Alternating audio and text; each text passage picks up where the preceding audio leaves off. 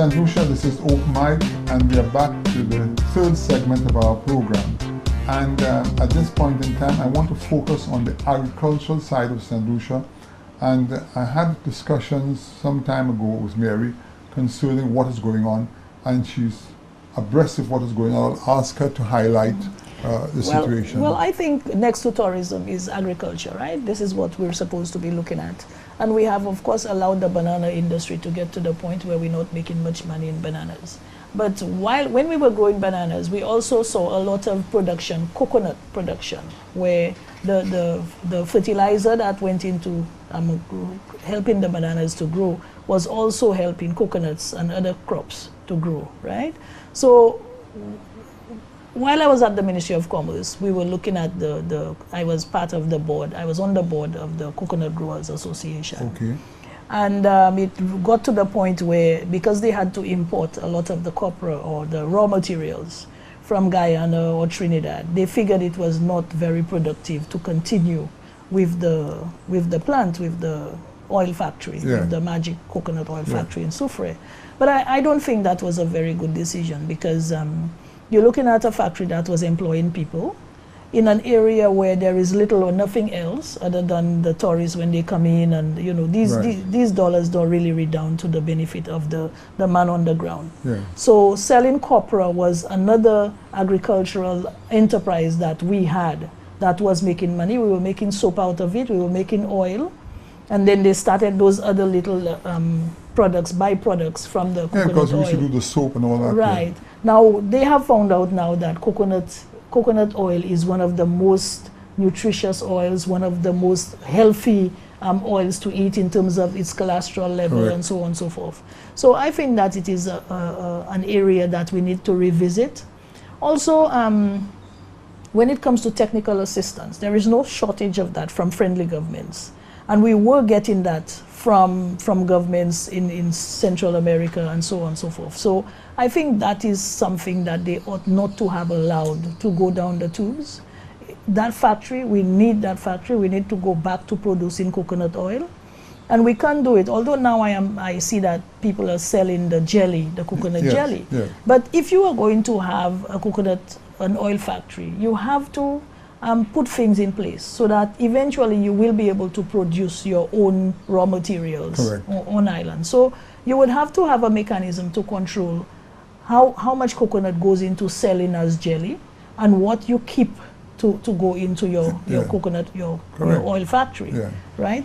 We also, when you look at our food import bill, we have to try to reduce on the amount of things that we import that we can grow locally. Everybody was lamenting how our mangoes this year were scattered everywhere on the road, the ripe mangoes. We have mangoes, we have so many mango trees, and we do nothing with the mangoes. At one time we used to ship them to Barbados, but that stopped. We have to look at... Do you know why it was stopped, Mary? Because they said there was a certain bug or something in the seed. The seed. But you know, to me, with all the technology they have, that should have been addressed. Research and technology, And they could have done something about that. But that doesn't mean that the mangoes going elsewhere or from other countries do not have that same bug. We eat in the mangoes. I mean, I was in New York 2 weeks ago. One mango is $3. There you go. And you should have seen it this year. Lots and lots of mangoes on the road this year. And we lament that every year it happens and we do nothing about it. So the talk must translate into action. Yes. We have to start looking at having our young people go into areas such as post-harvest technology, food processing, so that we can create those industries, and by so doing we will also be creating employment. We will be reducing on our food import bill, and our people will be working in areas where they can actually make money. And our crops will also go into feeding ourselves here in St. Lucia. We have the breadfruit, for instance. We have never looked at the breadfruit for export. Yeah. And now they're saying that is the fruit that can reduce on hunger and poverty. So why don't we, and the breadfruit tree doesn't take much to grow a breadfruit tree, and it grows up in the air. It takes up top space, but in terms of bottom space, you can still diversify, mix the crops, produce tomatoes and so on and so forth in between your bananas and so on. You know, I'll tell you something, Mary. How many children, for instance, will be leaving school this year? Oh, thousands. Okay. Now, there are children, a lot of them are bright. I'm not saying all are bright, but there's some of them bright. They have these academics. But when they go home, what are they going to do? There's no income. I'm saying very simple. I've said it time and time again. At the schools, if they don't have the space, it is so easy. I, for one, would love to finance, say, the cost of a tent, of a well-ventilated tent for 35, 40 children, and offer them that two things. When school is over at 3 o'clock, instead of going and gallivanting and getting into town to gamble and so forth, they are good technicians in St. Lucia, whether it's an agriculturist, a plumber, an electrician, yeah. or IT man, to come in and say, okay, fine, we're going to offer a little course for 2 hours every day. Because once you get accustomed to using something, there's a start in life, and these children, they can make $1 because there are other areas, there are other businesses where we can use them. But if I want to bring in somebody there who's completely green, they wouldn't know where to start. A man can just join 2 wires and all of a sudden he can help. And they could do part-time jobs. Teach them a skill. Yeah. Because I've said it over and over, for years in France you had what you call military service, which has nothing to do with the war. People between ages of 18 and 20 were bound to go to military service for 2 years to learn a trade. They would pick something that they like, and there were people who can do it. And I'm telling you, there are professors, or not countries, that will actually offer people to come and do those things and help our people, because they have to be made different. I mean, you take a person like Junior today. He's a self-made man. He does all the work here, and the guy is incredible. So you have people like that with a skill, they're born with certain skills, and all they want is something to help them along and to find their way in life, Yeah. What is your take on a situation like that?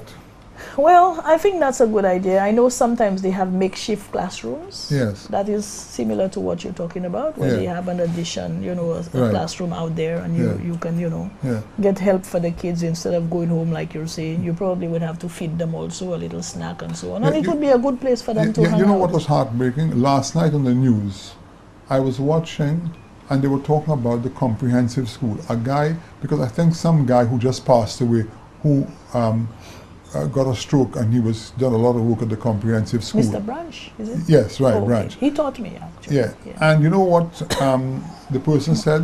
When that comprehensive school was started, there were all kind of tools and so forth as a vocational school on the side. All these things have disappeared. They said certain teachers took away a screwdriver, they never brought it back. You see, unless we can instill the discipline from on top to understand that there is money to be made in technicians doing jobs. It is difficult to get good electricians, IT people, air conditioning people, and it's available, So in one sense, what do we have to do? We have to have a makeshift system where, as business people, we suffer because we don't get the right people to do those things. And well, I don't know about saying that about the comprehensive school. When the comprehensive school started, I was there, and they were giving plumbing, woodwork, correct, machinery, crochet, cooking. They were doing all these other things that the secondary schools did not have, and they were the rooms and were it was well equipped. utilized. It was plumbing. Imagine, I was doing plumbing, and I think I was the top of my plumbing class. Correct. And I remember going home one day and with my top grade from plumbing and so on, and my mom looked at it and she says, "Plumbing? You are a girl, you're going to do plumbing? Not in my house. You better change that right away." Imagine you're not going to be fixing nobody's toilet and stuff, because her idea of what plumbing was. Right. But now you're looking at, technology and everything. That is not what it is about. That's right. Yeah. I think that school was one of the best schools that they had on island at the time when they just introduced it. I do not know what's going on right now, but it was one of the best. Until last night, I heard it being discussed, and they said all that stuff has disappeared. Well, I would hate to and think that's so, wrong, you know. Yeah. So we're actually going backwards instead of going forward. Yeah.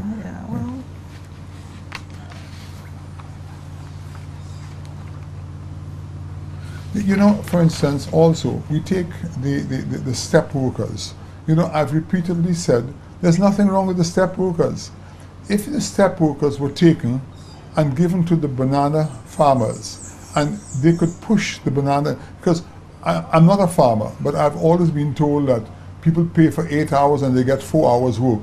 So if they can, if the government, I want to keep those people employed, which I don't have a problem with, at least let them do something productive.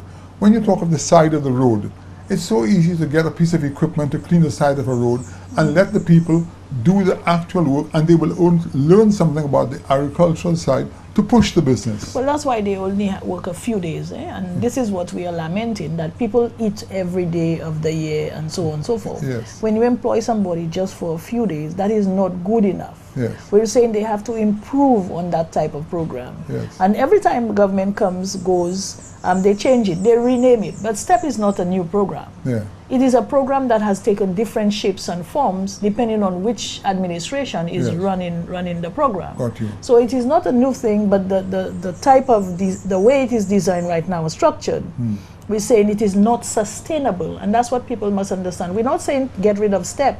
Yeah. We're saying that STEP is not sustainable the way that it is structured right Yeah. now, and we need to see it more structured, Sure. properly structured, Yeah. and more sustainable. Yeah. And you see, this is the problem that we have today, in that when governments are in power, you know, I've always insisted, a government is in power for 5 years, we shouldn't be fighting. We should be working together and listening, because no man is an island.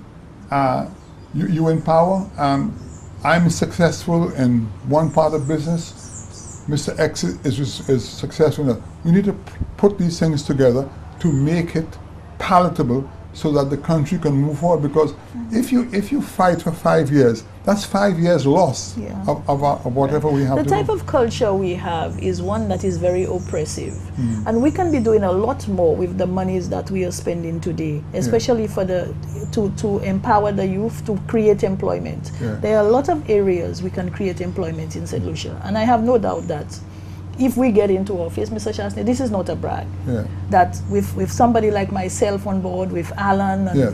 Guy, people with vision, Yes. that we will be able to take this country to the next level. That's a very important part. We have just come to the end of the third segment of our program. St. Lucia will be right back.